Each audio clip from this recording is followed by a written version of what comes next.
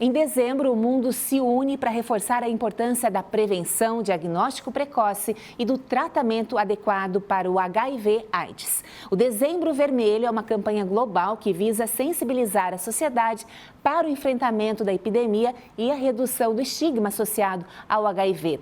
Aqui no Brasil, cidades como Joinville têm se destacado em suas ações de combate à doença, com programas eficazes de atendimento e prevenção. Para nos contar um pouco mais sobre o trabalho realizado aqui na cidade, eu recebo Nicole dos Anjos, que é coordenadora da Unidade de Assistência Especializada, para compartilhar alguns dados importantes e o impacto dessas ações na comunidade. Boa tarde, seja muito bem-vinda ao Ver Mais. Boa tarde, a gente agradece o convite para a gente falar de um assunto tão importante, né? Tão importante, né? Já que começa falando de Dezembro Vermelho, o município tem feito ações pontuais agora em dezembro? Sim, o município ele constantemente faz, né? Claro, o ano inteiro é o foco dele também, a gente realizar esse tipo de ação. Mas em dezembro, justamente por causa do Dezembro Vermelho, a gente reforça essas ações. Então, o município ele realiza palestras, né? Ele distribui preservativos, autotestes. Em populações, esse ano a gente focou um pouco mais em populações vulneráveis, então a gente tem feito ações no Centro Pop, em casas de passagem, para conversar também com esse tipo de população. Nicole, na década de 80, 90, quando houve aquela explosão no país dos casos de AIDS, havia uma campanha muito intensa, né? Se falava muito sobre AIDS e hoje a impressão que se tem é que está sob controle. Pouco se fala.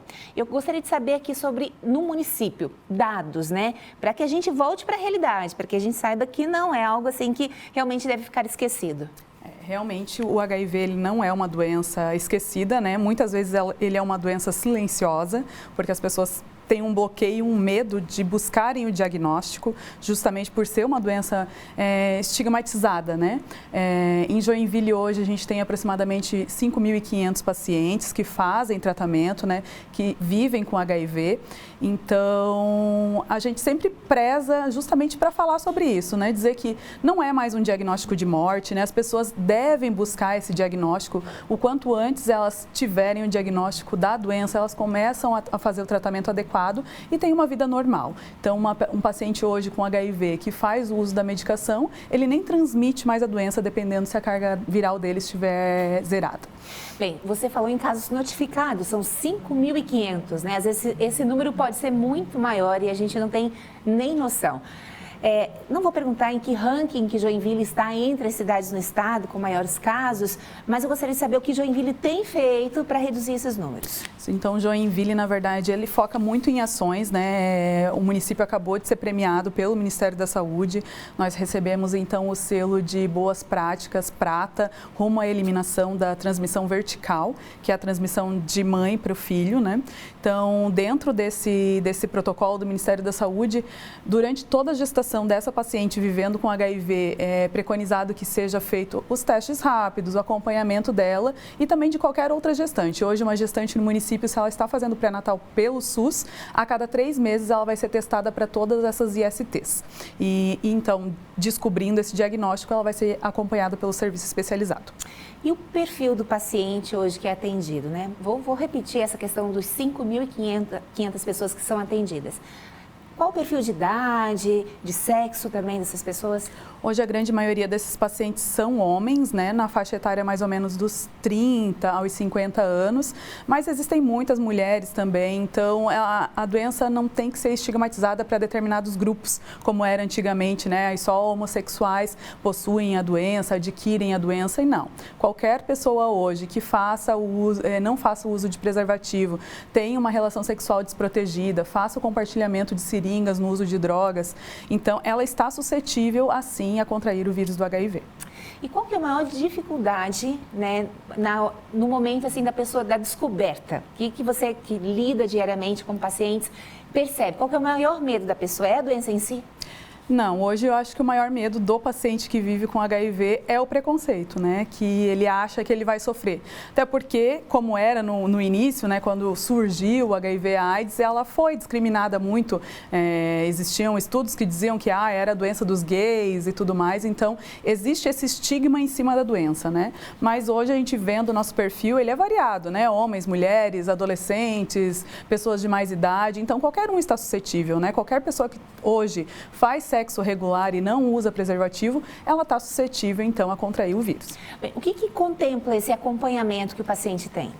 O acompanhamento, então, ele inicia a partir do momento da descoberta do diagnóstico, né? Hoje, em qualquer unidade básica de saúde ou no CTA, é feito o teste rápido, então qualquer pessoa pode procurar a qualquer momento, pode chegar numa unidade e dizer, eu quero fazer a minha testagem, ela testa e a partir do momento que der um resultado reagente, um resultado positivo, ela vai fazer um acompanhamento, então, para o resto da vida, né? Com o uso de uma medicação. O protocolo hoje de um paciente vivendo com HIV, então, são consultas semestrais com médico para verificar a carga viral dele. Se a carga viral estiver indetectável, ele continua tomando a medicação e segue a vida normal dele.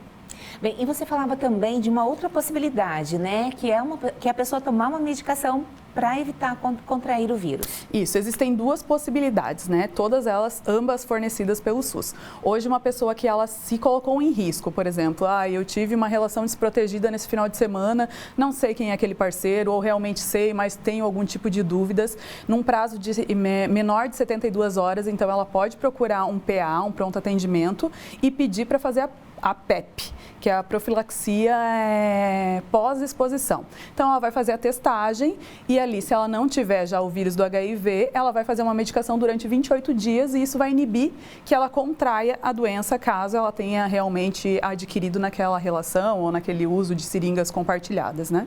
E existe também a possibilidade da PrEP, que é uma medicação que você faz durante a vida inteira também, inibindo você de contrair o vírus do HIV. Então, o paciente que constantemente se coloca em risco, ele procura a unidade de saúde, o nosso CTA, e ele vai dizer, eu quero fazer o uso da PrEP. Vai procurar, vai fazer todas as testagens também e vai começar a fazer esse uso de medicação que vai impedir ele de contrair o vírus do HIV. Bem, você que nos acompanha, ouviu a Nicole dizendo que o maior medo hoje é enfrentar o preconceito, né? O medo, inicialmente o medo de ter um diagnóstico e depois, né, de ter que conviver. Mas é importante também observar a forma como isso é tratado de uma forma muito profissional, né? Porque às vezes o medo está em você, na sua criação, no que você imagina que a família, os amigos vão lidar com isso.